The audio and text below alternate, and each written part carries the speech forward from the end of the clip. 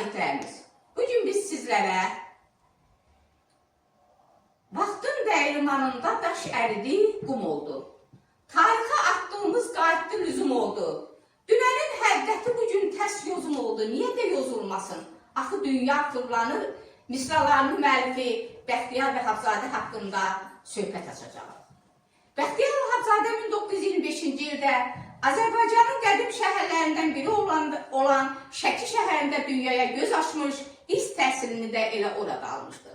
Sonralar Bakıya gələn Bəxtiyar Vahabzadə Bakı Dövlət Universitetinin Filologiya Fakültəsinə daxil olmuş, burada ədəbiyyat dərnəyinin müzakirələrində fəal iştirak etmişdi.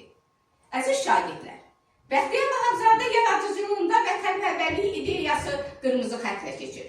Onun Mənə nə var, Vətən var, Bəsdir, Sevdim bildim ki, Təyyarələr, Şəhid məzarları adlı şeirlərində, eləcə də Vicdan, İkinci səs, Yağışdan sonra Yollara iz düşür, Fəryad adlı mənzum dramlarında, həmçinin Özümüzü kəsən qılıc adlı piyesində vətənpərvərlik ideyası daha qabarıq şəkildə göstərilmişdir.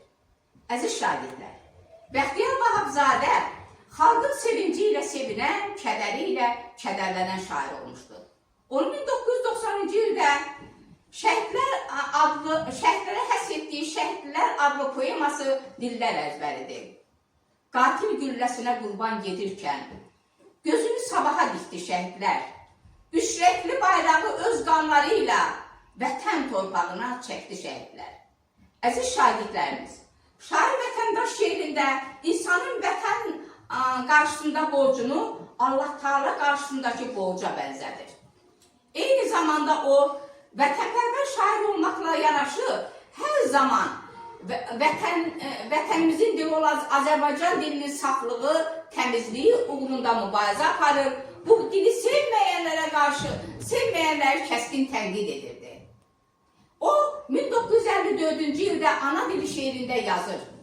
Ey doğma dilində danışmağı ar bilən fasonlu ədəbazlar, qəlbinizi oxşamır qoşmalar, telli sazlar. Bunlar qoy mənim olsun, ancaq vətən çörəyi sizlərə qəlm olsun.